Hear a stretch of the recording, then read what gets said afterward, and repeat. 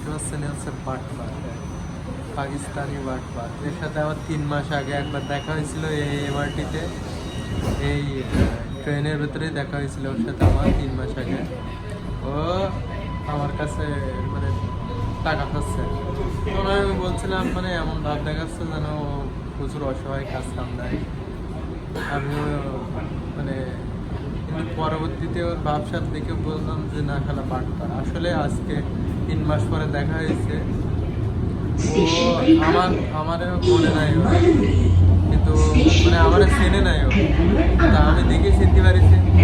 আজকেও আমার কাছে টাকা পাচ্ছে, হ্যাঁ। এখন আমি বললাম আমাদের টাকা নেই, ওই দেখেন ওই ওই টাকা নিয়েছে,